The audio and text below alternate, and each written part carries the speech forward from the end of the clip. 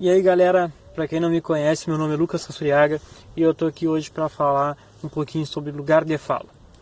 Bom, eu gostaria de falar sobre o que é esse conceito, para que serve esse conceito e para o que não serve esse conceito. Bom, lugar de fala é um conceito que diz que cada indivíduo parte de um lugar social e sua fala acompanha isso.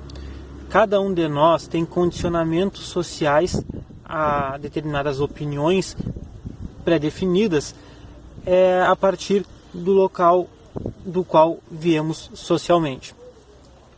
O lugar de fala, ele é um conceito que vem para nos ajudar a transpor essas barreiras pré-existentes para que podemos alcançar um conhecimento que seja realmente válido e que não venha só a perpetuar preconceitos do lugar da onde nós falamos.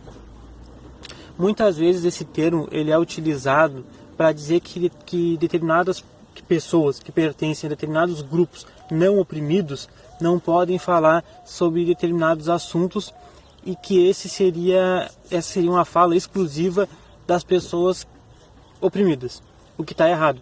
Pessoas que não são gordas podem falar sobre gordofobia. Pessoas que não são negras podem falar sobre racismo. No caso, pessoas brancas podem falar sobre racismo. Porém, nós temos que entender, e principalmente a pessoa que está falando tem que entender que a sua fala parte de um lugar de uma pessoa branca, de um lugar social diferente. E esse conceito serve para que ela se questione. Será que o que eu estou falando, será que as minhas opiniões, elas realmente são minhas ou eu carrego de um condicionamento social que eu sofri? Será que eu tenho conhecimento real sobre o que eu estou falando ou eu estou só perpetuando algum preconceito vindo de um condicionamento social que eu sofri? Uma pessoa branca falando sobre racismo não está roubando meu lugar de fala. Ela está falando do lugar de fala dela. Lugar de fala, como fala de Jamila Ribeiro no seu livro sobre lugar de fala, não é exclusividade de fala. Lugar de fala não é sobre vivência. Lugar de fala não é sobre representatividade. Lugar de fala é sobre um lugar de onde se fala. Cada um fala de um ponto social. Portanto, esse conceito não pode ser utilizado como algumas pessoas vêm utilizando mesmo dentro do campo da esquerda, que seria o de tentar dar exclusividade para grupos oprimidos falarem sobre determinados assuntos, como só negros podem falar sobre racismo e só a população LGBT pode falar sobre LGBTfobia, e isso está errado. O lugar de fala ele também é utilizado dentro do meio acadêmico. Para vocês terem uma ideia, seria como um pesquisador, a gente vê quais são as influências dele, quem foram os professores dele, quem foram as pessoas que ajudaram ele a construir as suas pesquisas e até mesmo de qual instituição que ele vem. A pesquisa dele ela não parte de um ponto neutro. Então, nós temos que avaliar de que ponto ela parte, quais condicionamentos ela sofreu, para que a gente tenha uma ideia ainda melhor sobre o conhecimento que foi construído. O lugar de fala ele surgiu há um tempo atrás, não tem uma data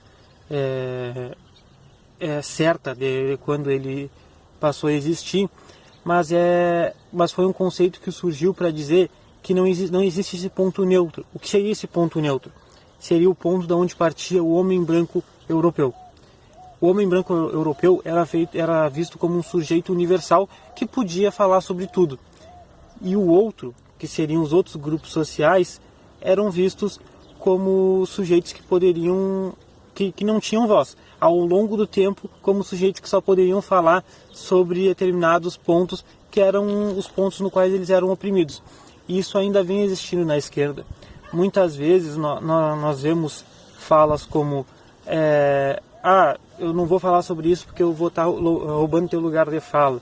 Não fala sobre isso que tu vai estar roubando meu lugar de fala. Isso não existe.